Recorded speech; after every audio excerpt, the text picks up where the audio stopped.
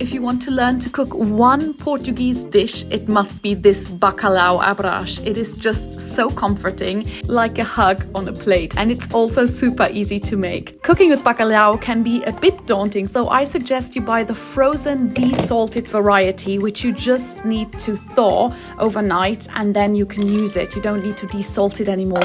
All you need to do is cook it until the flesh gets really tender and flaky. Just make sure to remove all the bones because there's quite a lot of bones in the bacalhau, which is actually dried codfish. Right, for the bacalhau à, usually you make your own chips, like very thin shoestring fries. But I found that using these hash browns is the best hack ever because it gives you the texture of a chip, but it also has soft, pillowy potato in it. Right, the other important element is melting onions with a bit of garlic, which are going to be mixed with the hash browns and the cod.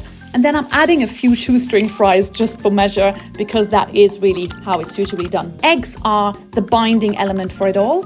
And I'm adding them off the hob because they're not supposed to be fully cooked. They're just supposed to coat everything and not be fried like a scrambled egg. Right, and that's it. All you need is a bit of parsley, some olives, and then your bacalhau à is ready. And once you've had a bite, you will understand why this is the favorite dish of all Portuguese children. You can watch me eat this and more Portuguese food in my new TV show Bom Dia Anne.